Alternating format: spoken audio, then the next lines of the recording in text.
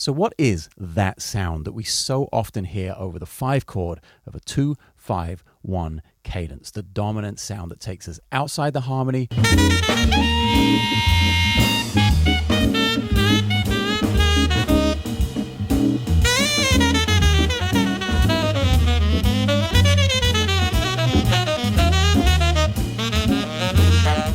us back home into the 1 chord. It's going to be no surprise to most jazz heads out there that that is the altered scale, the altered chord. That's the sound that gives us the tension. When we go to the 1 chord, it's the sound that gives us the release. This is the Bass Player's Guide to Altered Chords and Scales. That's my book. That's my deep dive on the topic. If you want to take some of the things we're going to talk about today in this video a little further, a little deeper, dig into them, signed copies are available below in the description of the video. Or you could have an ebook immediately. They're all available at the website, janekgwizdala.com/store. But what we're going to be doing today is taking the first step on the path to understanding altered, to understanding how to create that tension on a 5 chord, on a dominant chord, using the altered sound. We're going to be using a 2-5-1 in the key of B flat. That's C minor to F, F7, and going to our 1. And then we'll have a little turnaround of D minor 7 flat 5 to G7 to get us back to our 2 again. But that's the sound. Get that in your head. Get that major scale sound of B flat, our target destination. That's where we're headed. We're heading home.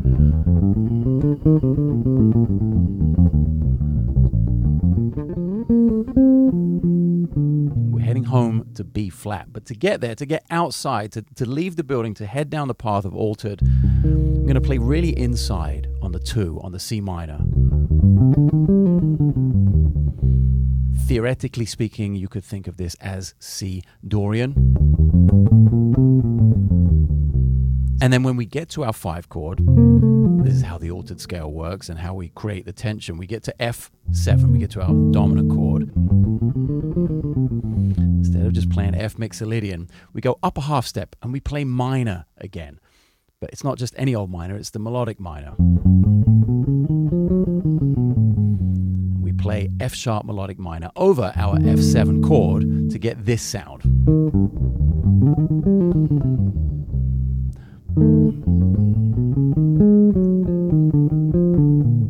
To get home to B flat. There's a lot of information here. Pause and rewind if it's going too fast. I'm going to give you a quick method of how to find a melodic minor scale. A melodic minor scale is just a major scale with a minor third. I'm going to say that again. A melodic minor scale is just a major scale with the major third taken down a half step to a minor third. Really, really simple. I'm sure almost everyone watching right now can play a major scale, this shape that we all know so well, 2-4, 1-2-4, 1-3-4, F sharp major. And if we drop that major third to a minor third, now we have F sharp melodic minor. So a melodic minor scale is a major scale, but with the major third down a half step to the minor third. So you already have like 96.2% of the information there, even if I'm guessing you're very much a beginner and just starting to understand the instrument. If you can play a major scale, you are so close to being able to play a melodic minor scale. And then when you understand the context within the harmony, you're right there and you have access to altered right away. So there are these very simple steps to get to this really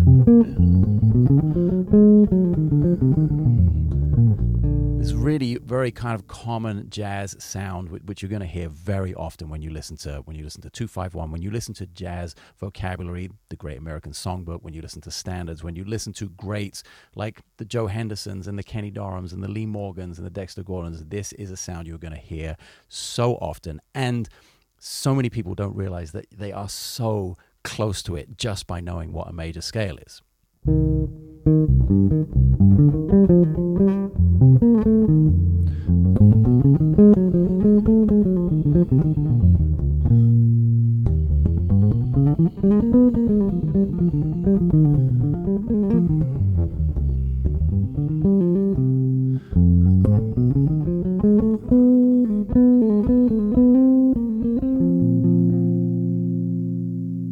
And that's where that sound is coming from. That's a really good first step on the path of understanding the altered sound on a 5 chord. And then there's kind of the sky's the limit, because let's think about this for a second. Everything you can do within the context of a melodic minor scale, for instance, all of the shapes, all of the patterns, all of the triads that are involved in that now become suddenly available on this other harmony that perhaps you hadn't used them on before. We're talking about that half step up from your dominant chord, F sharp melodic minor on your F7 chord, and suddenly all of these triads, I'm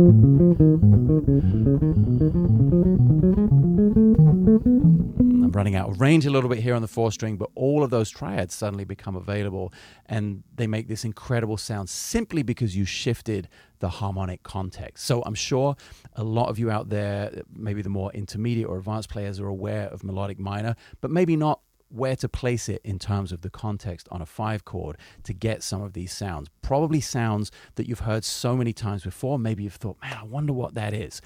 And all this is focused in on training your ear. Again, I don't want you to play, I don't want you to play patterns. I don't want you to think, oh, well, now I just have access to all of these shapes and patterns and I can just play them sort of mindlessly just because I know the theory.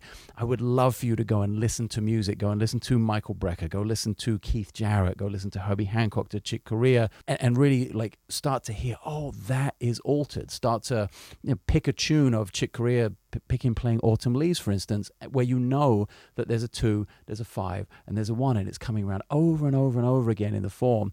And don't get me wrong, sometimes the greatest jazz musicians of all time are going to play a major scale, a B-flat major scale for the entirety of the 2-5-1, because you can play 2-5 and 1 to 6, C to F to B-flat to G7, and you can get through that with one note. Just to highlight,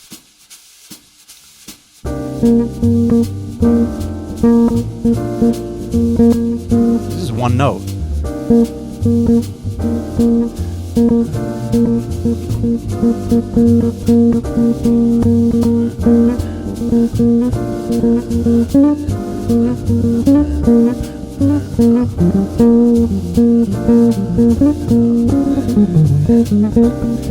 Yeah, it's one note and a blues lick, and suddenly I'm navigating through 2-5-1 language here. So it doesn't have to be this like crazy contextualized altered sound all the time.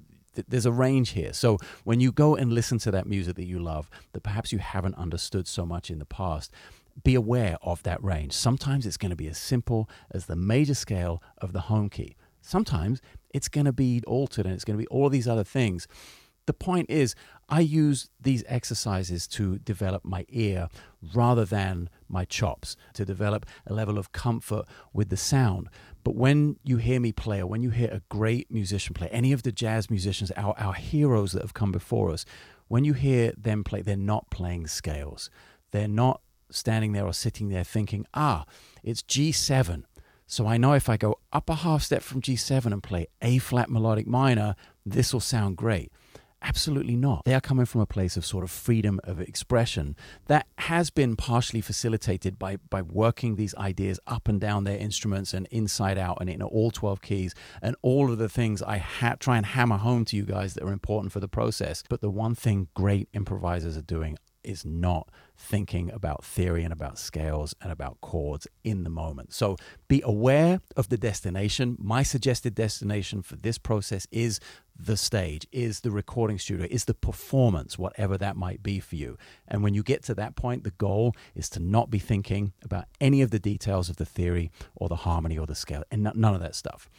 By all means, start to train your ear, start to get that foot in the door. If this is something you never understood before, and now, you get a slight grasp of the sound, great. That's why I'm here. That's why we're doing this. But make sure you don't get stuck in this spot. Make sure you don't get stuck practicing scales and only thinking about theory. Make sure you go and listen to as much music as possible. If you're curious about developing your basic 251 vocabulary. There's a ton of that in Jazz Vocabulary for Electric Bass 251. Signed copies shipping worldwide, digital copies available right away. They are all linked below in the description of the video. And to really sort of contextualize the history of this music and where it's coming from, this is why I spent almost a year researching and writing this book. It's Iconic Lines for Bass Guitar, an interactive chronology of the genes of jazz vocabulary. Well, we spent a long time on that title, but it is the history. It's all the way back from Louis Armstrong and King Oliver and those pioneers in the beginning in the 20s and the 30s, right up to modern day players, and the evolution of exactly